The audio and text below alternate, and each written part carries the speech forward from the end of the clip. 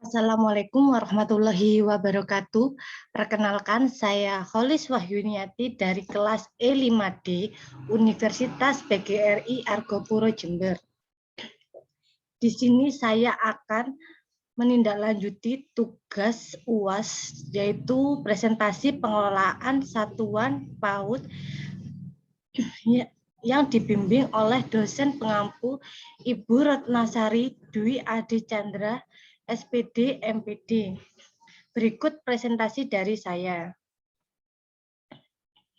Pengertian pengelolaan satuan PAUD. Pengelolaan program PAUD artinya mengatur agar seluruh yang terkait dengan program PAUD tersebut berfungsi secara optimal dalam mendukung tercapainya program lembaga yang meliputi perencanaan, pengorganisasian, pelaksanaan, dan evaluasi. Menurut D. Suyana, tahun 2010 halaman 17, pengelolaan atau manajemen adalah kemampuan dan keterampilan untuk melakukan suatu kegiatan bersama orang lain atau melalui orang lain dalam mencapai tujuan organisasi. Dipertegas oleh Hersey dan Blanchard tahun 1982 dalam D. Suyana tahun 2010 halaman 17, Management as working with and through individuals and group to accomplish organizational goals, yang diartikan pengelolaan merupakan kegiatan yang dilakukan bersama dan melalui orang-orang serta kelompok dengan maksud untuk mencapai tujuan organisasi. Oleh karena itu, pengelola PAUD diharapkan dapat bekerja sama dalam mengelola PAUD sebagaimana dikatakan bahwa manajemen program merupakan upaya menerapkan fungsi-fungsi pengelolaan setiap program yang berkaitan dengan pendidikan maupun untuk satuan dan jenis pendidikan.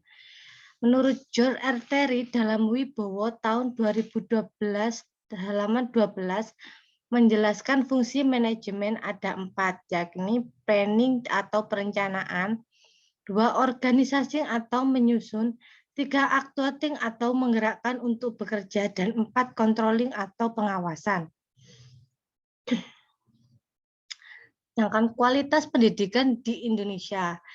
Di dunia internasional, kualitas pendidikan Indonesia berada pada peringkat ke-64 dari 120 negara di seluruh dunia. Berdasarkan laporan tahunan dari UNESCO Education for All Global Monitoring Report 2012. Sedangkan berdasarkan Indeks Perkembangan Pendidikan untuk Semua Education for All Development Index atau EDI, Indonesia berada pada peringkat ke-57 dari 115 negara pada tahun 2015. Dalam laporan terbaru, Program Pembangunan PBB tahun 2015, Indonesia menempati posisi 110 dari 187 negara.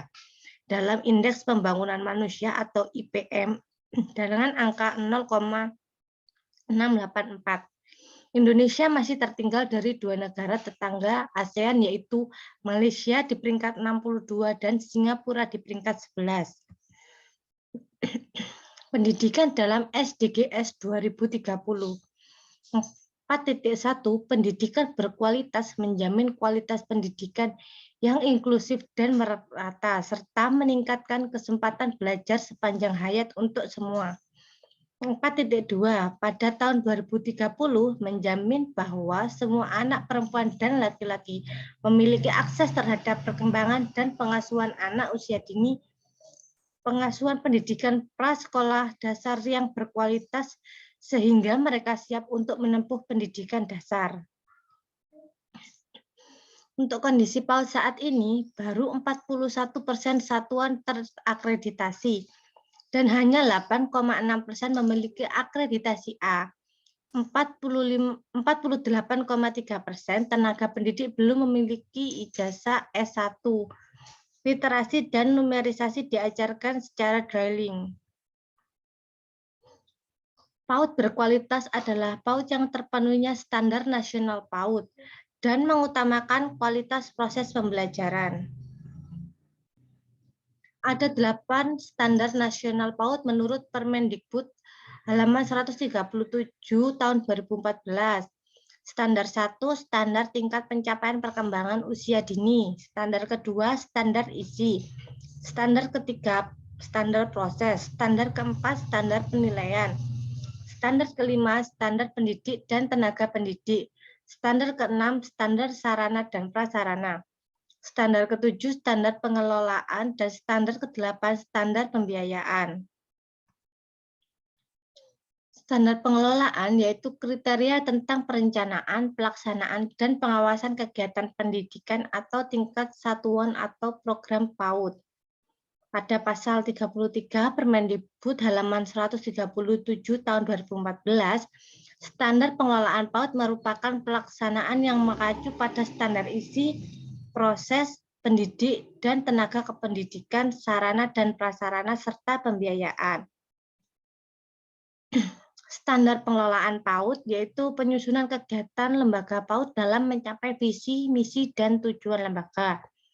Berikutnya kegiatan pelaksanaan program kerja yang sudah direncanakan. Selanjutnya pemantauan, supervisi, evaluasi, pelaporan, dan tindak lanjut hasil pengawasan guna menjamin terpenuhinya hak dan kebutuhan anak serta kesinambungan program PAUD. Standar pengelolaan PAUD berperan penting dalam memberikan layanan program PAUD yang berkualitas. Untuk menunjang pelayanan yang berkualitas, perlu didukung oleh kompetensi dan kualifikasi kompetensi. Dan kualifikasi yang diharapkan hendaknya bersifat umum, mendasar, serta dapat dijadikan rujukan dalam kegiatan pengelolaan lembaga PAUD. Demikian pengelolaan lembaga PAUD sangat berkaitan erat dengan standar lainnya. Demikian presentasi dari saya. Kurang lebihnya mohon dimaafkan. Wassalamualaikum warahmatullahi wabarakatuh.